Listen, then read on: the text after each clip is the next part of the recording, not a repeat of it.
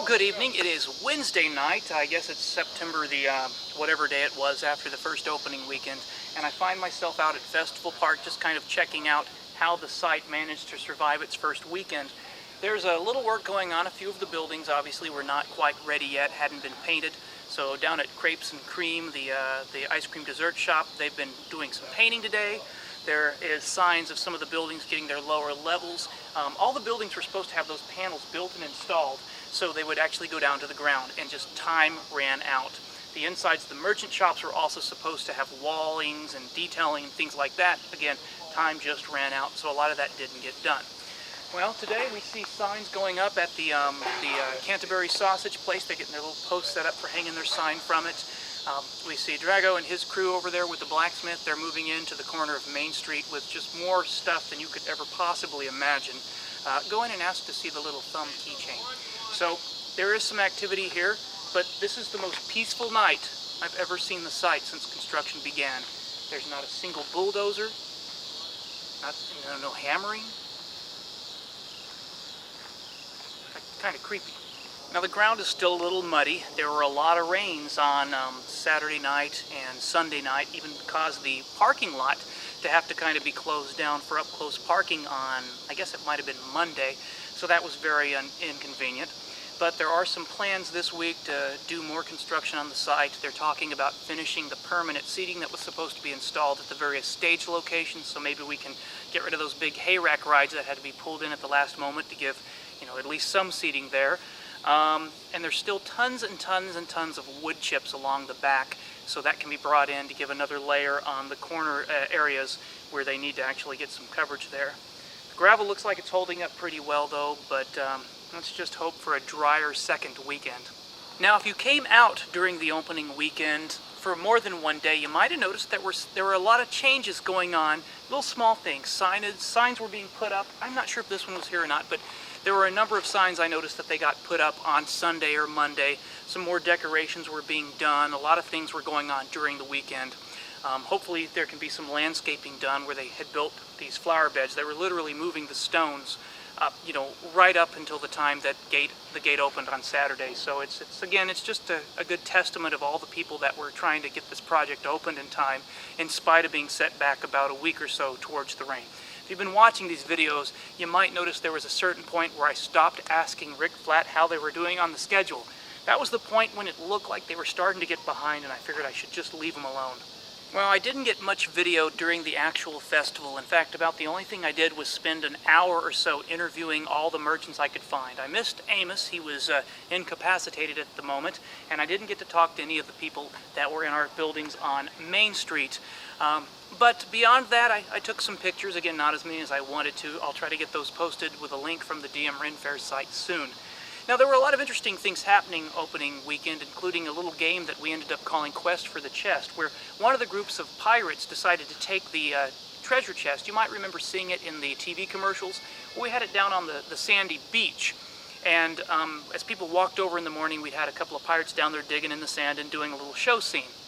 Later on in the day, one of the pirate groups decided to get the chest and put it somewhere else. And for the rest of the weekend, we played a game of hide-and-seek with the pirate chest with the Pirate Comedy Show, my group, the Sword Fighter Guild pirates, the Scurvy Dogs pirates, even the Horsemen, some gypsies, and various others got involved with this game. And they'd take the chest and hide it somewhere else. It was up on a post by the blacksmith. It was up on a building. It was put on the front of the boat, the ship shop.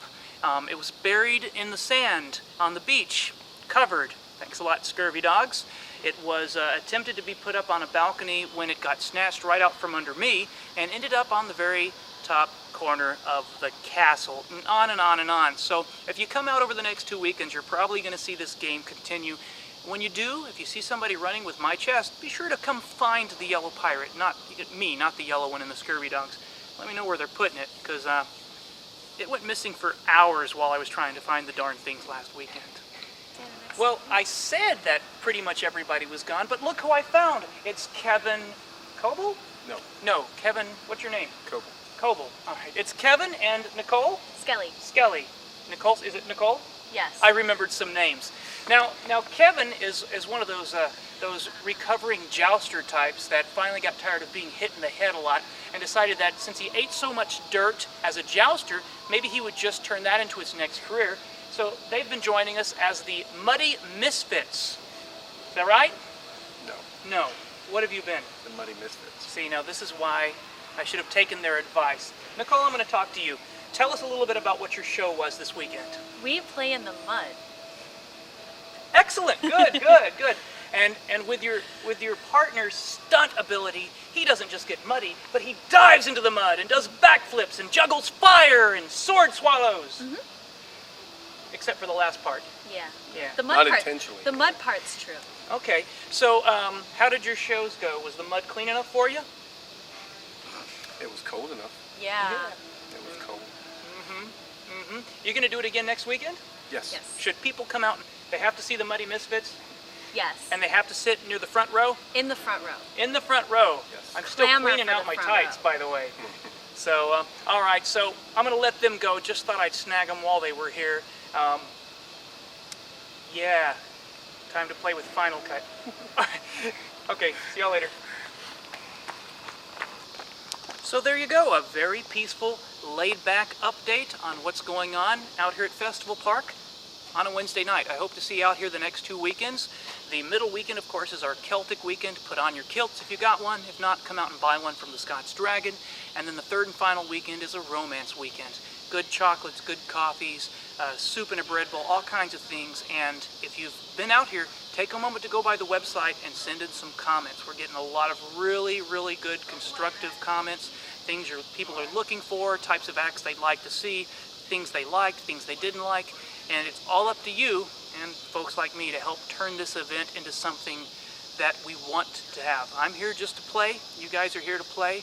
We got to convince the Festival Park people to build us the best playground they can possibly build us. So until next time, this is Alan with After Faire. Thanks for watching. We'll see you out here the next 2 weekends. This is the turkey leg song. This is the turkey leg song. I want a turkey leg before they're all gone. Oh, this is the turkey leg song. Okay, let's do the second verse. Same as the first.